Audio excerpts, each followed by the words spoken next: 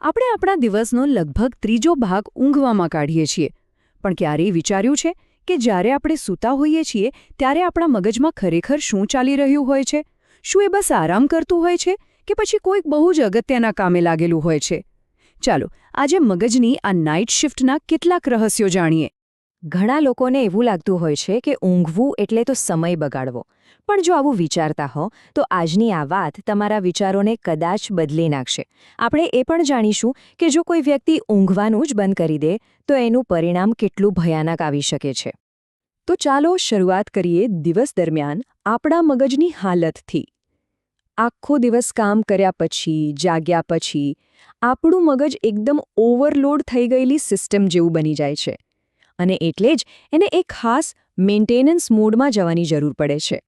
જરા કલ્પના કરો, આપણું મગજ એક સુપર કમ્પ્યુટર જેવું છે જે એક સેકન્ડમાં અબજો કામ કરે છે.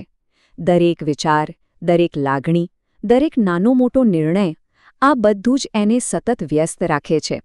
એટલે દિવસના અંત સુધીમાં તો એ થાકી જાય છે અને એને રિચાર્જ થવાની સખત જરૂર પડે છે. અને અહીંયા જ એક આશ્ચર્યજનક વાત સામે આવે છે. આપણને એવું લાગે કે ઊંઘમાં મગજ બંધ થઈ જાય છે, પણ હકીકતમાં એવું નથી. ઉલટાનું, એ તો પહેલાં કરતાં પણ વધારે એક્ટિવ થઈ જાય છે. એ પોતાની જાતને સાફ કરવા અને રિપેર કરવાના કામમાં પૂરેપૂરું લાગી જાય છે.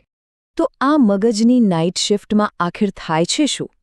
આ એ સમય છે જ્યારે મગજ એવા જરૂરી સમારકામ અને સફાઈના કામ શરૂ કરે છે જે જાગતી વખતે કરવા શક્ય જ નથી. ઊંઘ દરમિયાન આપણું મગજ જાણે એક રિપેર શોપ બની જાય છે. એ દિવસ દરમિયાન તૂટેલા કે નબળા પડેલા ન્યુરોન્સના જોડાણોને ફરીથી રિપેર કરે છે.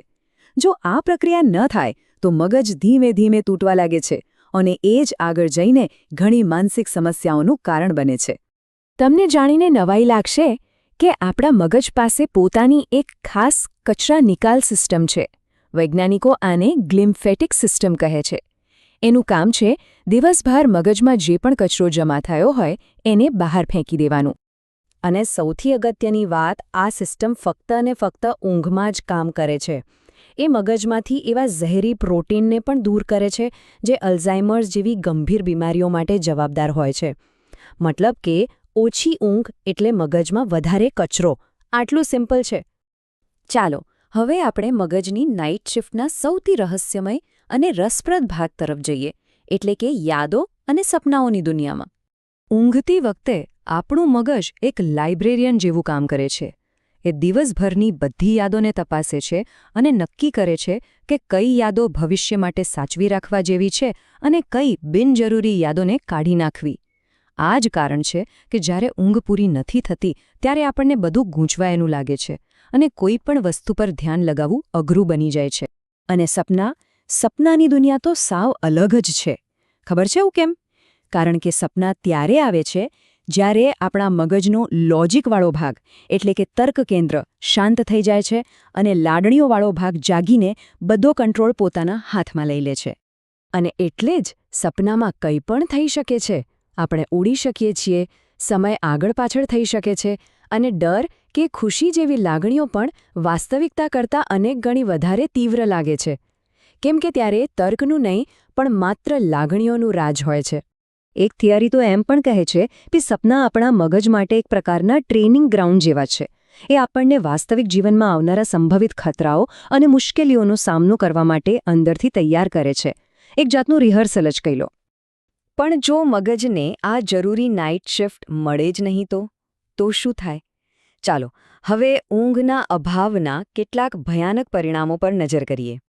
સૌથી ડરામણી વાત એ છે કે જો કોઈ વ્યક્તિ લાંબા સમય સુધી ન ઊંઘે તો એનું મગજ ધીમે ધીમે વાસ્તવિકતા અને કલ્પના વચ્ચેનો ભેદ સમજવાનું જ ભૂલી જાય છે. આ સ્થિતિ ખૂબ જ ખતરનાક બની શકે છે. ઊંઘ વિના વ્યક્તિને એવી વસ્તુઓ દેખાવા અને સંભળાવા લાગે છે જે ખરેખર છે જ નહીં.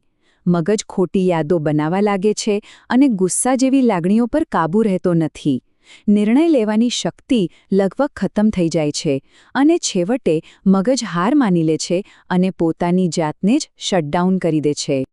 ઊંઘના અભાવનું સૌથી ભયંકર અને અંતિમ ઉદાહરણ છે ફેટલ ઇન્સોમ્નિયા. આ એક ખૂબ જ દુર્લભ આનુવંશિક રોગ છે જેમાં વ્યક્તિ ધીમે ધીમે ઊંઘવાની ક્ષમતા જ ગુમાવી દે છે. આ રોગની શરૂઆત ઊંઘ ઓછી થવાથી થાય છે, પણ થોડા જ મહિનાઓમાં વ્યક્તિ ઊંઘવાની ક્ષમતા સંપૂર્ણપણે ગુમાવી દે છે.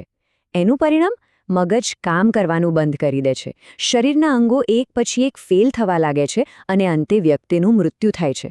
આ કોઈ કાલ્પનિક વાત નથી, આ એક જીવતું જાગતું ઉદાહરણ છે કે ઊંઘ આપણા માટે કેટલી જરૂરી છે. તો આ બધી ચર્ચાનો સાર શું છે?